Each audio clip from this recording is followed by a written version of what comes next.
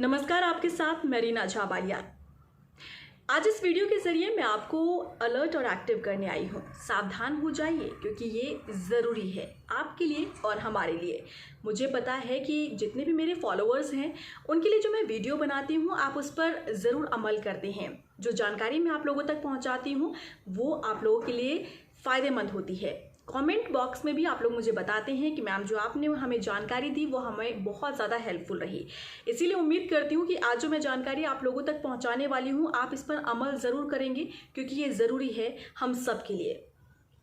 मैं बात करने वाली हूँ आज एक बार फिर से टिकटॉक पर।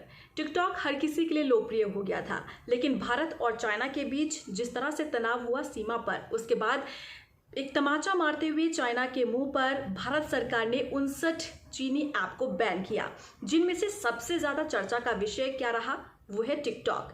टिकटॉक जब चल रहा था तो भी वो चर्चा का विषय था और आज टिकटॉक बंद हो गया है तो भी ये चर्चा का विषय है। और इस टिकटॉक से लोगों का ऐसा लगाव, ऐसा जुड़ाव हुआ कि ये मानिए कि आज बैक रास्ते से भी यानी कि गलत रास्ते से भी टिकटॉक को, इस ऐप को डाउनलोड किया जा रहा है और इस्तेमाल किया जा रहा है, जो कि सरासर गलत है। बेहद महत्वपूर्ण ये जानकारी मैं आप तक पहुंचा रही हूँ। टिकटॉक जो हमारे देश के अंदर, भारत के अंदर मोदी सरकार द्वारा इस पर पाबंदी लगाई गई है और ये बैन कर दिया गया है भारत के अंदर, यानी कि आप इसका इस्तेमाल नहीं कर सकते हैं। ये स्ट्रिक्ट ऑर्डर सरकार की तरफ से है क्योंकि इसमें हवाला दिया गया सुरक्षा का कि हमारी यानी कि यूज़र्स की सुरक्षा जो है वो ख़तरे में पड़ सकती है, इसीलिए इस पर पाबंदी लगाई गई। जो हमारे डेटा हैं जो लीक नहीं होने चाहिए वो लीक हो सकती है, तो इसीलिए इस पर पाबंदी लगाई गई। लेकिन अब इसी का फ़ायदा उठाकर जो लोगों का जुड़ाव है टिकटॉक से, उसका फ़ायदा उठाकर ये टिकटॉक का डुप्लीकेट बनाया गया है, जो कि ना तो आपको ऐप स्टोर पर मिलेगा और ना ही गूगल स्टोर पर, लेकिन ये सोशल मीडिया पर वायरल हो रहा है। एक एपीके फाइल है टिकटॉक के नाम से, जो लोग इसके साथ जिनका जुड़ाव है वो इसे डाउनलोड कर रहे हैं। ये डाउनलोड भी हो रहा है, चल भी रहा है, आप इसका इस्तेमाल भी कर सकते हैं। लेकिन आप इस बात को समझिए कि हमारे देश के अंदर इस ऐप पर, टिकटॉक ऐप पर बैन लग चुका है, यानी कि आपको इस ऐप का इस्तेमाल नहीं करना है। दूसरी बात, इसे बैन किया गया हमारी सुरक्षा को ध्यान में रखते हुए, यानी कि यूज़र की सुरक्षा को ध्यान में रखते हुए। लेकिन जो आप अब डाउनलोड कर रहे हैं, इंस्टॉल कर रहे हैं, ये एपीके फाइल टिकटॉक की, वो आपके डेटा का गलत इस्तेमाल कर सकता है, इसीलिए आपको इसे इंस्टॉल नहीं करना है। ये सिर्फ मैं नहीं कह रही हूँ बल्कि साइबर एक्सपर्ट्स भी कह रहे हैं। साइबर एक्सपर्ट्स की तरफ से लोगों से अपील की जा रही है, यूजर्स से अपील की जा रही है कि आपको अगर कोई भी ऐसी फाइल नज़र आती है जो टिकटॉक नाम से है तो आप इसका इस्तेमाल बिल्कुल भी ना करें, क्योंकि इससे आपकी डेटा, आपके जो पर्सनल डेटाज हैं आपके फ़ोन के अंदर जो नहीं लीक होने चाहिए वो लीक हो सकते हैं, यानी कि आपकी सुरक्षा खतरे में पड़ सकती है। ऐसा साइबर एक्सपर्ट्स की तरफ से तर्क दिया जा रहा है।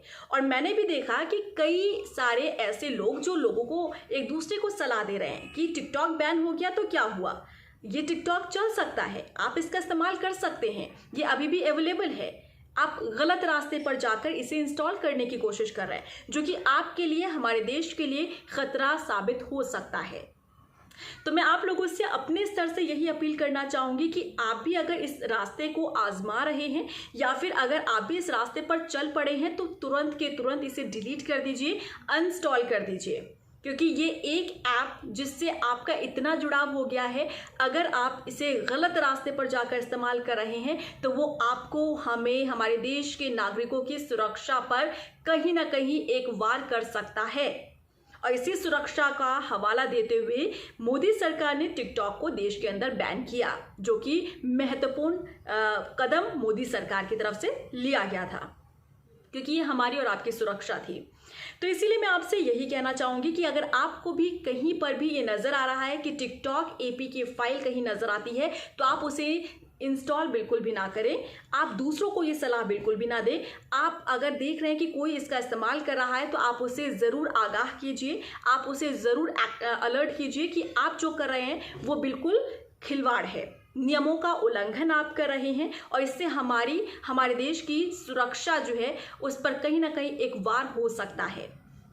यही मैं आपसे अपील भी करना चाहूँगी। आपकी इस पर क्या राय है मुझे दीजिएगा।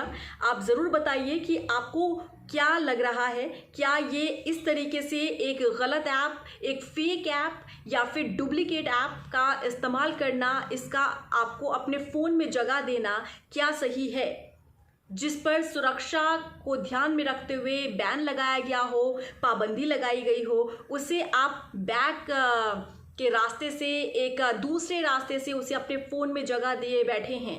अगर आप भी ऐसा कर रहे हैं तो अभी के अभी एक्टिव हो जाइए, सावधान हो जाइए, क्योंकि बहुत ज़रूरी है सचेत रहना। एक ऐप हमारी और आपकी सुरक्षा को खतरे में डाल सकता है, तो इसीलिए हमें और आपको एक्टिव रहने की ज़रूरत है, अलर्ट रहने की ज़रूरत है और दूसरों को भी अलर्ट रखने की ज़रूरत है। आपका इस पर क्या कहना है कमेंट बॉक्स में ज़रूर डालिएगा, बताइएगा ज़रूर आपकी राय इस पूरे मुद्दे पर क्या है। फिलहाल के लिए मुझे दीजिए इजाज़त, नमस्कार।